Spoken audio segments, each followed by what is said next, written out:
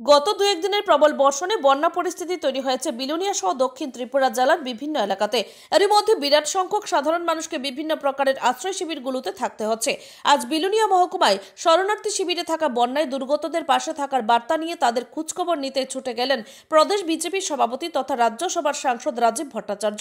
প্রথমে তিনি ঋষ্যমুখের আমজাদনগর শরণার্থী শিবিরে যান, কথা বলেন শিবিরে থাকা ক্ষতিগ্রস্ত শরণার্থীদের সাথে ছিলেন বিজেপি দক্ষিণ জেলার সভাপতি দীপায়ন চৌধুরী, ঋষ্যমুখ মণ্ডল সভাপতি নকুল পাল, বিজেপি নেতা অশেষ বৈদ্য সহ অন্যান্য নেতৃবৃন্দ। এছাড়াও ছিলেন দক্ষিণ জেলার শাসক মোহাম্মদ সাজ্জাদ পি, মহকুমা শাসক ভিডিও সহ অন্যান্য আধিকারিক ও জনপ্রতিনিধিরা। আমজাদনগরের পর একে একে তিনি বিলোনিয়া শহরের বিকেআই স্কুল থেকে শুরু করে বল্লামুখা সহ সমস্ত শরণার্থী শিবিরগুলি পরিদর্শন করেন। শরণার্থী শিবিরে থাকা শরণার্থীদের জন্য তিনি নিয়ে আসেন শুকনো খাবার। সাংসদ রাজীব ভট্টাচার্যকে কাছে পেয়ে শরণার্থীরা তাদের বিভিন্ন দাবিগুলি তুলে ধরেন। যদিও শিবিরের ব্যবস্থাপনা নিয়ে কোনো ধরনের অভিযোগ নেই তাদের। দুর্গতদের সুবিধা ও অসুবিধা জানার পর তিনি কথা বলেন দক্ষিণ জেলার জেলা শাসক মোহাম্মদ সাজ্জাদ পি এর সাথে। তারপর তিনি নিজ প্রতিক্রিয়া তুলে ধরতে গিয়ে দাবি করেন বন্যায় এই কঠিন পরিস্থিতিতে সরকার এবং শাসক দল সর্বোচ্চভাবে পাশে রয়েছে। Bureau report, Tripura news Bangla.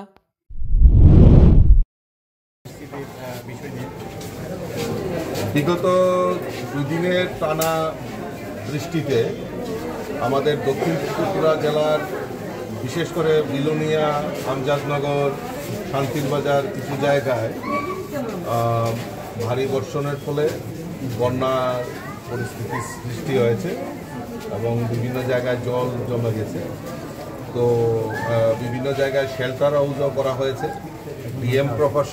DM administration থেকে সতর্কবাণীও আমরা দেখতে পেয়েছি এবং খুব দ্রুততার সঙ্গে ওনারা এই শেল্টার হাউসগুলি করেছে।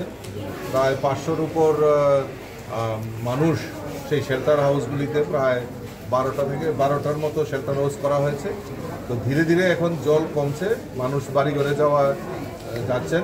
তো এখন মোটামুটি 8টা শেল্টার হাউস, ডিএম সাহেব বলছিলেন যে 8টা শেল্টার হাউস এখনও রয়েছে। সেইগুলিতে খাওয়া দাওয়া থেকে শুরু করে, পানীয় জল থেকে শুরু করে এবং মেডিকেল টিমও এখানে রাখা হয়েছে। কারণ এই বন্যার কারণে অনেক সময় অনেকের অনেক রোগের সৃষ্টি হতে পারে, সেইগুলিকে নিস্তার করার জন্য ওনারা আরক্ষা প্রশাসন বা আমাদের সিভিল অ্যাডমিনিস্ট্রেশন সবাই যৌথ উদ্যোগ নিয়ে সঠিক সময়ে সঠিক পদক্ষেপ ওনারা নিয়েছেন। এখন পর্যন্ত ক্যাজুয়ালিটি হয়নি। আগামী দিন যাতে তারা আরও দ্রুততার সঙ্গে সেগুলি রেস্কিউ করে তাদের বাড়ি ঘরে পাঠানো, তার ব্যবস্থা, তার কর্মযোগ্য চলছে। আমাদের ভারতীয় জনতা পার্টির কার্যকর্তারাও এখানে আছেন। ওনারাও মাঠে নেমে আমাদের মানুষের সঙ্গে থাকা, মানুষকে কীভাবে পরিষেবা দিতে পারে তার ব্যবস্থাগুলি দেখছেন।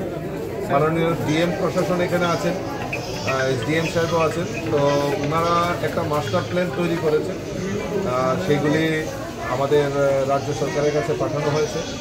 মাননীয় মুখ্যমন্ত্রীও পজিটিভ, গতকালকে রাত্রেবেলাও কথা হয়েছে ওনার সঙ্গে এবং এই মাস্টার প্ল্যানে এবং আগামী দিন যাতে এই দ্রুত সমাধান করা যায় তার জন্য বিশেষ উদ্যোগ গ্রহণ করা হয়েছে।